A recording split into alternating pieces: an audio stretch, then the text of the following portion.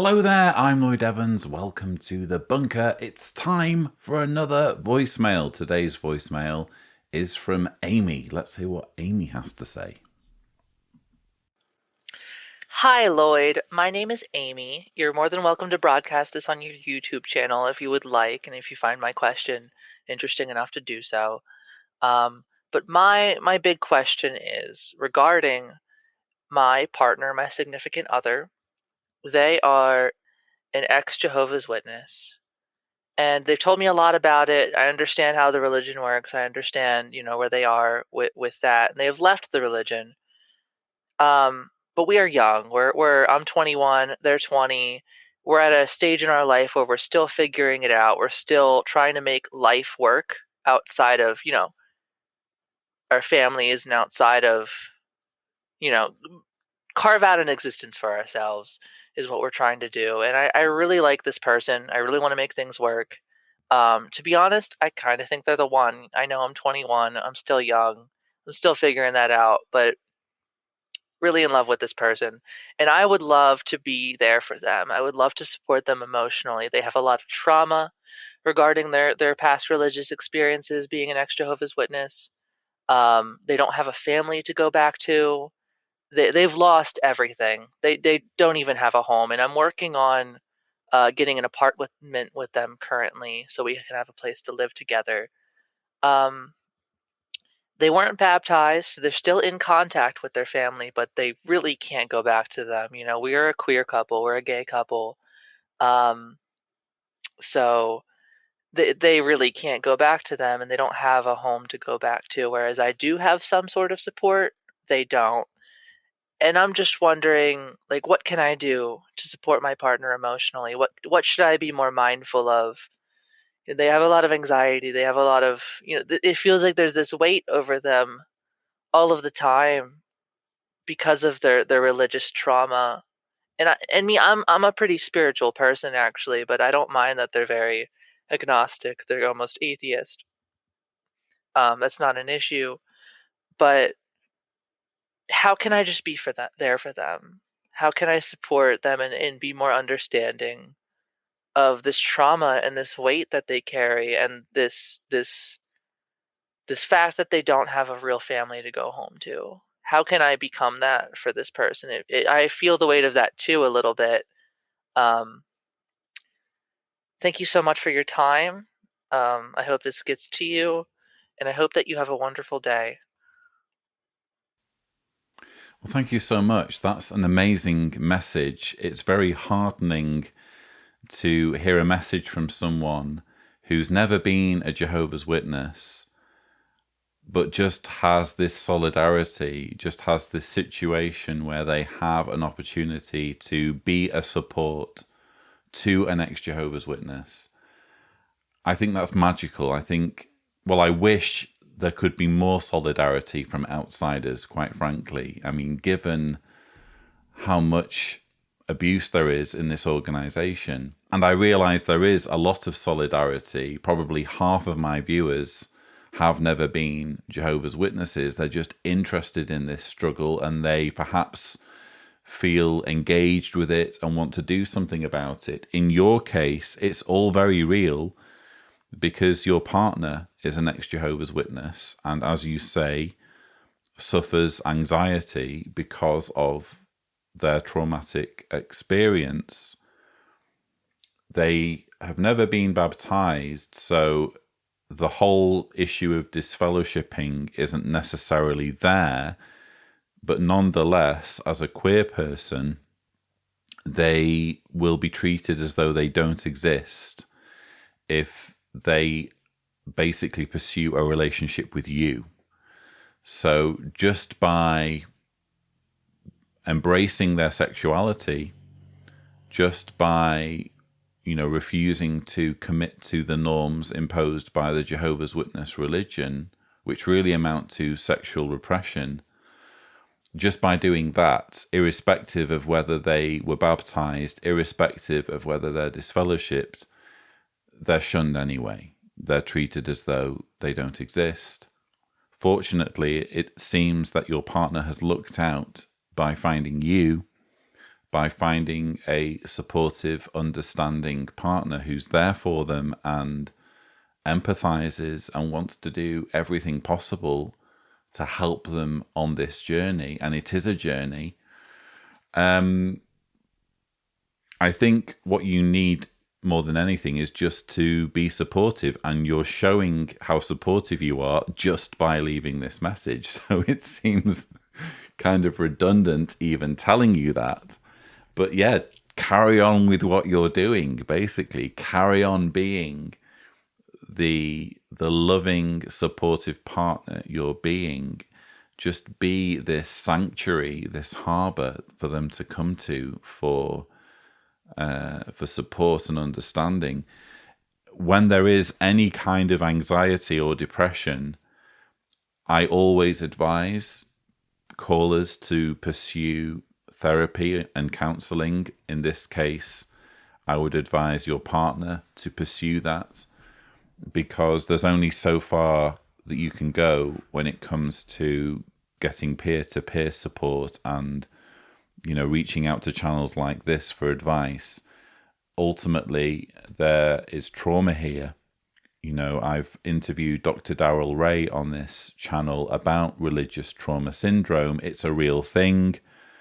When someone has been through a traumatizing experience, and when this traumatizing experience is impacting on their day-to-day life, and you describe it being like a weight on them and it causing them anxiety, definitely therapy is needed. And I don't know whether you're aware of this, but in the Jehovah's Witness community, although therapy isn't forbidden, it certainly isn't glowingly endorsed. So it's kind of begrudgingly accepted that in some instances people might need professional help with their mental health. There's certainly a stigma surrounding it. There's a culture of frowning upon that sort of thing. And it could be that even though your partner is no longer believing, there might still be a little bit of that stigma attached to pursuing professional help. So that would be really the priority, as far as I'm concerned, in this situation, is making sure your partner gets the mental health support that they need in terms of counseling and therapy. But apart from that, just continue with what you're doing. Continue to be a support for them. I will say this, I have encountered situations where an ex-Jehovah's Witness gets into a relationship with a partner who takes the attitude or takes the view, oh, why don't you just move on from all this? You know, why are you still watching YouTube videos about this? Why are you still participating in social media conversations on this subject? You know that it's not true. You know that it's damaging. You know that it's abusive. We've realized, we've come to this epiphany. Why the need to keep revisiting this topic?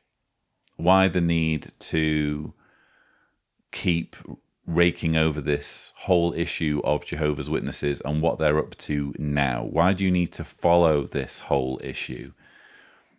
I don't think that's a healthy approach to be taking, to be quite honest. I mean, I'm sure there are some ex-Jehovah's Witnesses who find it helpful to cut out any reminders, but there will be many who don't want to live in denial and want to face this head on, and who realize that this is a religion that basically programs your mind. You know, your partner, having spent an entire childhood in this cult, has had their brain programmed a certain way. And you don't just flick a switch and wake up and everything's fine. You know, this is an ongoing process. The cult experience never completely leaves you. The best you can hope for is that you can manage it. And for many people, the way that they do manage it is to remind themselves of the decision they've made, to remind themselves of why they're not in the cult anymore, to remind themselves that it is a lie, that it is abusive, that it is exploitative, and that helps them move on.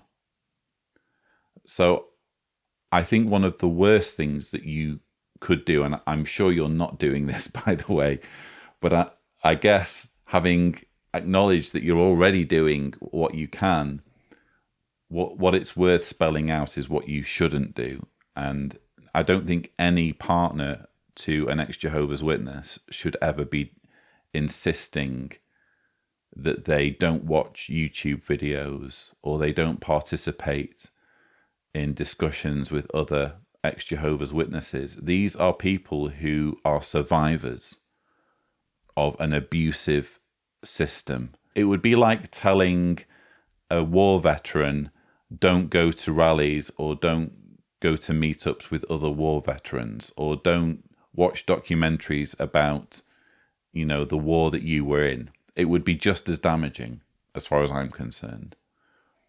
So just be understanding of the fact that your partner will need to continually deprogram and debrief from the extremely traumatizing experience they've had. It might not be on a daily basis. It might not even be on a weekly basis, but every now and then, at a pace that they are comfortable with, they will need to remind themselves of the decision they've made, of the course that they're taking. And it's in your benefit that they do that, because they will be more at peace with themselves. They will be less tormented. They will be less in denial. And if you do get opportunity, I realize at the moment we're still working our way through COVID, but when circumstances permit and your partner has an opportunity to attend perhaps an ex-JW meetup, it would be really sweet if you could perhaps facilitate that or support them in attending. And it would be helpful for you as well to meet other ex-Jehovah's Witnesses so you can learn more. I mean, you can learn so much, I guess, from watching my channel, hopefully, but nothing beats eyeballing someone and hearing their story firsthand. That's a very powerful thing. And so certainly your partner will derive catharsis from those sorts of events once circumstances allow. And I think you will derive some benefit too, if your aim, as I suspect it is, if your aim is to better understand them and the trauma they are working through. But I will say this, it sounds as though your partner, despite being dealt a very difficult hand in life, has fallen on their feet in terms of finding you and in terms of having you as a supportive partner. So I think they're incredibly lucky from that point of view. I think it's incredibly kind and loving and sweet of you to want to understand them and understand their struggle and be there for them. And I think you are a shining example for others who are in relationships with ex-Jehovah's Witnesses.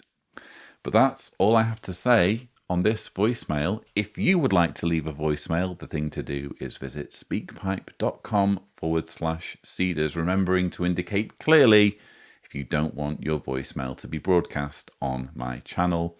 But that's all I have for you. Don't forget to subscribe to the Lloyd Evans channel for more such videos. And as always, thank you for watching.